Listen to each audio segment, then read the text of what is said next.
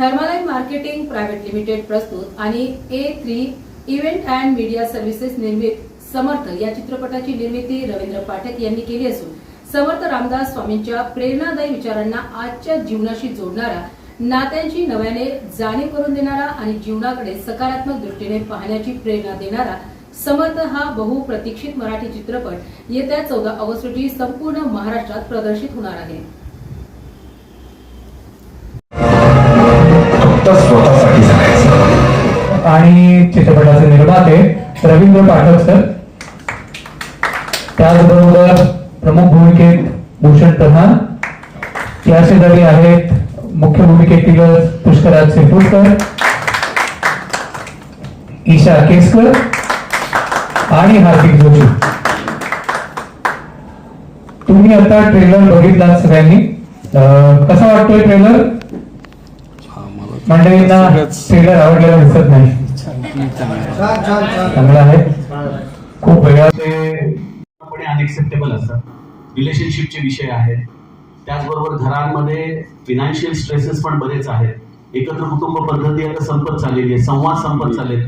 प्रत्येक जण आज आपल्या मोबाईलमध्ये डोकं खुपसून बसल्यामुळं घराघरामध्ये जरी तो 2 बेडरूमचा फ्लॅट असला तरी आणि भिंती पडल्या गेल्या. त्यामुळे जनरेशन गॅप हा ज्वलंत प्रश्न आहे. तर तो ज्वलंत प्रश्नच आपण एका आध्यात्मिक भूमिकेच्या आधाराने या याच्यात घेतलेला आहे आणि त्या कौटुंबिक संघर्षातून एक जीवन जगण्याची एक अतिशय सुंदर समाधानाची दिशा या चित्रपटातून आपण निर्माण केली. दासबोधामध्ये जर तुम्ही उत्तरार्ध बघितला दासबोधाचा महंत लक्षणांपासून पुढं, तर दासबोध हा ग्रंथ असा आहे की सीईओ कसे असले पाहिजेत. म्हणजे मगाशी आम्ही बोलत असताना आम्ही एक महत्वाची गोष्ट विचारात घेऊन घेतली की आजच्या काळामध्ये एज्युकेशन सिस्टम ही बेसिकली आपण व्हॅल्यू बेस्ड सिस्टम करायचा प्रयत्न केला पाहिजे. कारण की आपण हायली क्वालिफाईड लोक घडवतोय, पण व्हॅल्यू बेस्ड त्याच्यामध्ये एज्युकेशन नसल्यामुळं बऱ्याचदा हे हायर एज्युकेशन देखील मनुष्य घडवू शकत नाही चांगलं.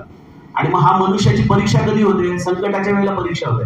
आणि मग आपण आजच्या काळातही बघतो, तुम्ही तर पत्रकार आहात, तुम्हाला दररोज पेपरमध्ये दिसतंय कोणतरी आत्महत्या केली, कोणतरी व्यसनाधीन झालं, कुठेतरी ड्रग्ज सापडले. या सगळ्या गोष्टी होत आहेत. याचं कारण हायली क्वालिफाईड माणसाला हे कळालं पाहिजे खरं तर की या गोष्टी बरोबर नाही, पण तरी हे समाजामध्ये घडत आहेत. कारण व्हॅल्यू बेस्ड एज्युकेशन त्यांना देण्यामध्ये आपण कुठेतरी कमी पडलो ऍज अ ओव्हरऑल सिस्टम. संतांचे ग्रंथ जर तुम्ही या दृष्टिकोनातून बघितले की हे व्हॅल्यू बेस्ड एज्युकेशन देतात, त्यामुळे सुविद्य मनुष्य तयार होतो आणि एक सद्विद्य मनुष्य तयार होतो, विच इज द एक सकस समाज तयार करण्याच्या दृष्टीने हे फार महत्वाचं आहे. आणि पण जर याच्यातली एक बाजू नसेल, म्हणजे एक हायली एज्युकेटेड हे पण गरजेचं आहे, पण त्याहीपेक्षा व्हॅल्यू बेस्ड एज्युकेशन हे फार महत्वाचं आहे. आणि ते जर नसेल तर या चित्रपटामध्ये नेमकी प्रसंग आल्यानंतर कशी अधोगती होते